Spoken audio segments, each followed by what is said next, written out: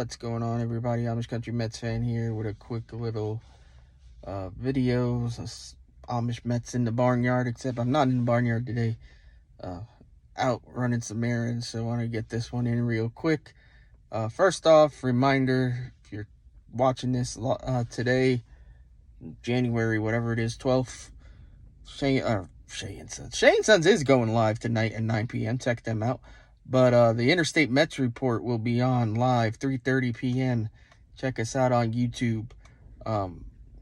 Other than that, just wanted to jump on another shout out to Shay and Sons. Danny Young has signed a minor league deal with the Mets. They had the inside scoop once again. Good job by them.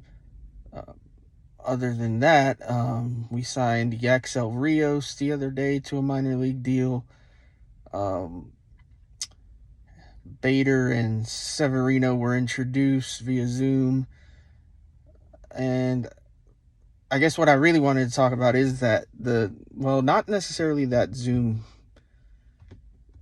conference, but the interview that Stearns did with Sherman and John Heyman the other day on their podcast, or I forget what the name of it is, but he said some interesting things on there, and the one that stood out to me, and I made a post on this on X, is his quote when it came to, they asked him like if it's a concern that we'll have to turn around next year with pretty much Senga being the only guy locked into a rotation spot and like have to find ways to fill all those holes. And he basically said, he's like, we have a lot of guys in the minors, and this is a year where we feel like we need to leave spots open for some of these guys to like prove themselves. And I mean, that's not the direct quote. The direct quote's on X, but basically, I mean, that was the gist of it. Like, he wants, and he truly believes that at some point, due to injury or what have you, we're going to see some of those guys, and they're going to get their opportunity, and we're going to see whether or not they can be parts of the rotation for next year. And like, the way they've set themselves up with these short-term deals, and he said it also for the position players, same thing. Like, he has to leave spots open for these kids to grow and for these kids to have a spot on the roster. And I really think that the way they set it up with these one-year deals, like, that's what he's looking at. He's looking to evaluate these kids, because next year he wants to know if he can trust these guys to like be everyday guys and be part of the rotation, be in the bullpen, or be out on the field, whatever have you. So this is going to be a year where we're going to see guys given a shot. And we've already heard Drew Gilbert starting the year in AAA. Like, he's on the doorstep. Jet Williams ended the year in AA. The guy's flying through the system. He may make enough noise to get a September call-up. Like, Luis Acuna is probably going to start in AAA. He's on the doorstep. So you have a lot of these guys that, and no, they're not all going to pan out. I'm not saying that. But it's an evaluation year. Like, yes, we're trying to compete, but at the same time, we're trying to evaluate and set ourselves up for the future. So I can appreciate that. I know it's not what we all necessarily want. It's not really what I wanted. I wanted more of a bigger splash, if we could, in the free agent market. I wasn't looking for Ohtani and this and that and the other, but I would have liked to be in on some of the more mid-tier free agents if we could have gotten there.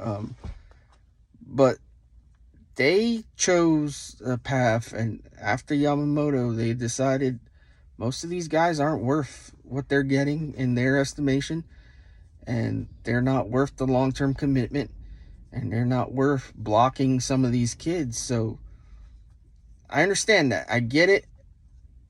For the moves that he has made, I think they have been guys that do have potential, do have upside.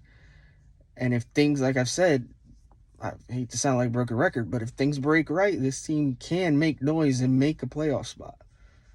But like I said, also, like, yeah, there's a downside there. Like, there's a possibility that things don't go the way they hope, and we're looking at 70-something wins again. And that sucks, but it is what it is. Like, what we were doing wasn't working, so we had to change the game plan. And Steve Cohen, yeah, he's got tons of money, but lighting money on fire is no strategy for any owner. And I can't blame him for taking a step back and going, you know what? I invested a ton in this team and it got us nowhere. So I need to reevaluate. I'm going to make the moves when they're necessary, but right now is not the time. We got to pivot and see if what we have in the youth, and see where the combination of the youth and the core can get us, and we'll add pieces here and there. I fully believe next offseason we're going to be in much better shape to make moves, because we have a lot of money coming off the books. And because we're not spending that money this offseason, that leaves us even more room to, like, really tweak the roster in better ways. So I see the vision. I like it. Is it a little disappointing? Sure.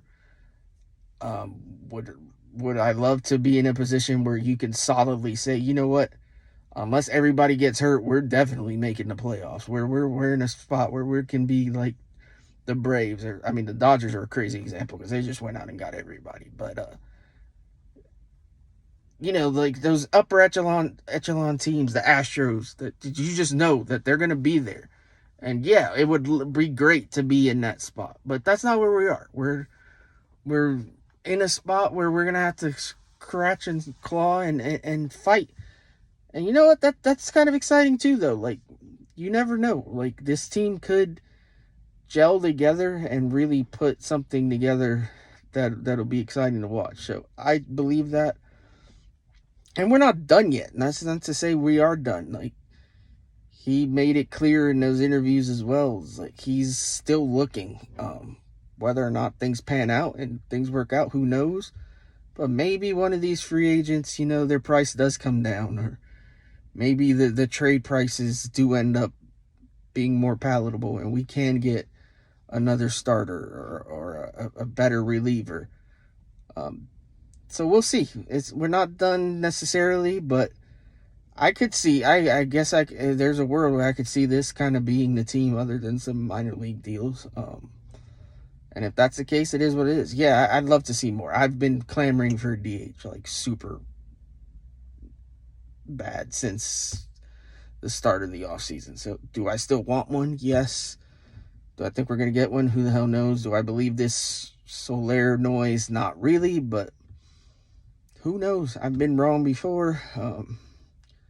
We'll see what happens. But remember, tune in, Interstate Mets Report. 3:30 p.m. We'll go a little more in depth on everything. Appreciate everybody watching. Please like, comment, subscribe to the YouTube channel.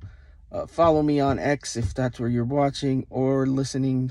If you're listening on Spotify, Apple, what have you, please leave a rating. I appreciate you all, and let's go Mets. Thank you for watching. Please like, comment, subscribe, and stay tuned for the latest video.